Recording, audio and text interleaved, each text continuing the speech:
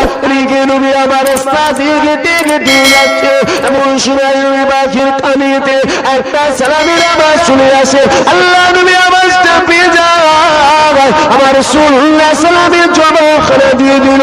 আমার রাসূলুল্লাহ দেখতে পেয়ে যায় একটা হরিণের গলায় দড়ি বাঁধা রয়েছে, ওই হরিণটা তোমার আমার রাসূলকে সালাম জমা দিতে লেগেছে। হরিণের নবী কে ছিল? হরিণেরও নবী কে ছিল গো?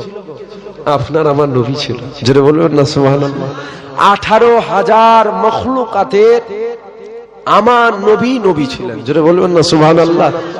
জিবরাইলের নবীকে, জিবরাইলের নবী আমার আপনার নবী। মেকাইলের নবীকে, মেকাইলের নবী আমার আপনার নবী। আজরাইলের নবীকে, আজরাইলের নবী আপনার আমার নবী। আল্লাহ নবীকে সালাম দিচ্ছে হরিণ, আমার নবী সালামের জবাব দিচ্ছে। আমার নবীকে হরিণ বলছে হুজুর একটু আগিয়ে আসবেন।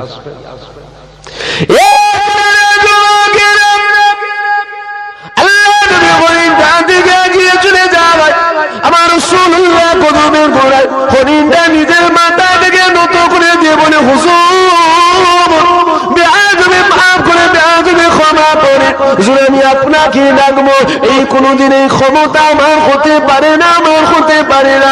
ইয়া রাসূলুল্লাহ ইয়া হাবিবাল্লাহ, হুজুর আমার গলাতে দড়ি বাঁধা রয়েছে, তাই তো আমি আপনার কাছে যেতে পারি না হুজুর। হুজুর তাই তো আপনাকে আমার কাছে ডাকলাম। হুজুর বেয়াদবি মাফ করে, বেয়াদবি ক্ষমা করে, হুজুর আপনি আমার গলার দড়িটাকে খুলে দিতে বলে, হুজুর গলার দড়িটাকে খুলে দিতে বলে। আল্লাহ নবী আনসুরা বলতে লেগেছে, এ জবানে হরিণ তুমি কোথায় যাবে, কোথায় যাবে, কোথায় যাবে? ওই সময় হরিণটা বলতে লেগেছে, ইয়া রাসূলুল্লাহ ইয়া হাবিবাল্লাহ, হুজুর ছোট্ট ছোট্ট দুটো বাচ্চা জঙ্গলের ভেতরে রয়েছে, ওই বাচ্চাগুলোকে দুধটা পান করিয়ে খুঁজে আমি ফিরে আসবো। আল্লাহ নবী ওই সময় বলতে লেগেছে, এ জঙ্গলে হরিণ তুমি আসবে তো, আসবে তো?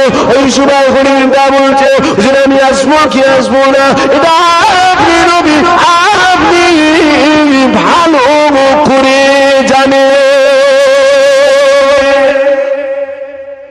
হুজুর আমি আসবো কি আসবো না এটা আমার বলা লাগবে না, এটা আপনি নবী আপনি ভালো জানেন। আল্লাহ নবী বলছে, এই ইহুদি গলার দড়িটাকে খুলে দাও, লাগাম খুলে দাও। গলার দড়ি খুলে দেওয়া হলো, হরিণ চলে গেল। হরিণটা আসবে কি গো ভাইরা? হরিণটা আসবে, বেশ শাক আসবে, বেশ শাক আসবে। কেন? আমার রসুলকে জবান দিয়েছে, আমার নবীকে কথা দিয়েছে। হরিণ চলে গেছে, হরিণকে ছাড়ার আগে ইহুদি বলছে, মোহাম্মদ হরিণ আসবে তো, আসবে তো? ওই সময় আমার রসুল বলছে অবশ্যই আসবে। কেন? ও আমাকে কথা দিয়েছে, খুলে দাও। খুলে দিয়েছে, হরিণ চলে গেছে। বেশ কিছুক্ষণ কেটে গেল, হরিণ আসছে না। আবার কিছুক্ষণ কেটে গেল, হরিণ আসছে না। আবার কিছুক্ষণ কেটে গেল, হরিণ আসছে না। আবার কিছুক্ষণ কেটে গেল, হরিণ আসছে না। সূর্য ডুববো ডুববো ভাব। তখন ইহুদি বলছে, মোহাম্মদ হরিণটা কোথায়? আল্লাহ নবী বলছে অবশ্যই আসবে। এমন সময় হঠাৎ করে ইহুদি দেখতে পেয়ে যায় হরিণটা গিয়েছিল আসছে না,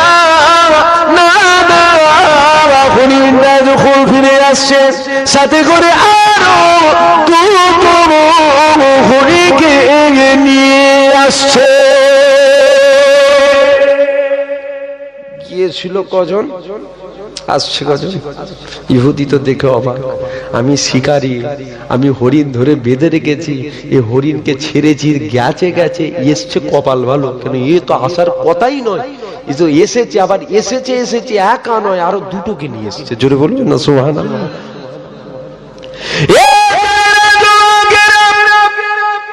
আল্লাহ নবীর সাথে হরিণটা কথা বলতে লেগেছে, ইহুদি অবাক হয়ে দেখতে লেগেছে।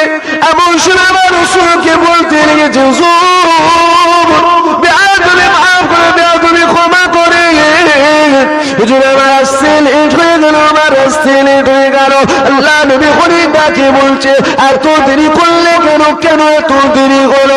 এই সময় খলিলটা বলতে লেগেছে আমার ছোট্ট ছোট্ট বাচ্চা দুটো জঙ্গলের ভিতরে ছিল, এই বাচ্চাগুলোকে দুধটা পান করিয়ে আমি ফিরে আসছিলাম, এমন সময় আমার বাচ্চাগুলো আমার কাছে যোগ করলো, ও আমার আম্মা জান, ও আমার আম্মা জান, আমাদেরকে নিয়ে চলে, আমাদেরকে নিয়ে চলে, আমরা মুহাম্মদকে দেখবো, আমরা মুহাম্মদকে দেখবো, ও আমার মা আমাদেরকে নিয়ে চলে, আমাদেরকে নিয়ে চলে, আমরা মুহাম্মদকে দেখবো, আমরা মুহাম্মদকে দেখবো। হুজুর এই তো আসতে লেট হয়ে গেল, হুজুর আসতে লেট হয়ে গেল, হুজুর বেয়াদবি মাফ করে, বেয়াদবি ক্ষমা করে, আমরা মুড়ে হাতকে দিয়ে আমার গলার লাগামটা পুনরায় আমার গলাতে লাগিয়ে দেয়।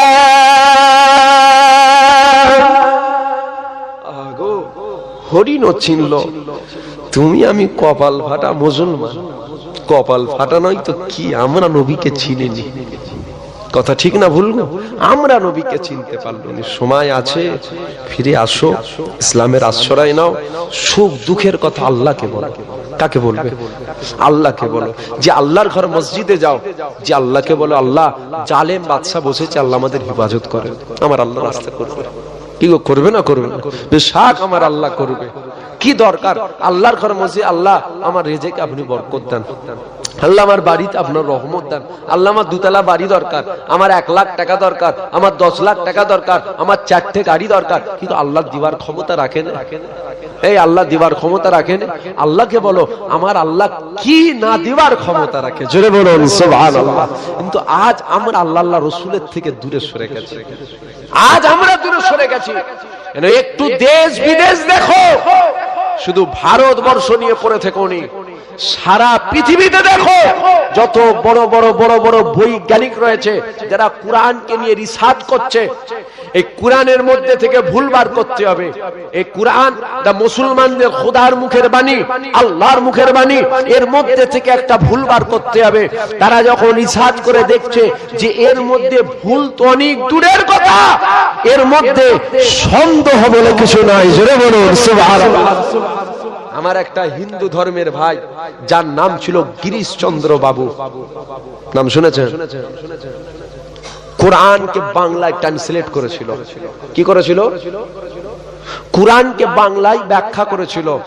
কোরআন বাংলায় ব্যাখ্যা করতে গেলে কোরআন পড়া লাগবে না? লাগবে না? বেশাক কোরআন পড়া লাগবে। যে সে কোরআন পড়েছিল, কোরআন পড়ে কোরআনকে বাংলায় ট্রান্সলেট করা হলো, সে ট্রান্সলেট করলো, বাংলায় ব্যাখ্যা করলো। তাকে জিজ্ঞাসা করা হলো যে কোরআনের মধ্যে কিছু ভুল পেলে, তখন সেই হিন্দু ধর্মের ভাই বলেছিল গিরিশচন্দ্র বাবু এই কোরআনের মধ্যে কোনো ভুল নাই, জোরে বলুন সুবহানাল্লাহ।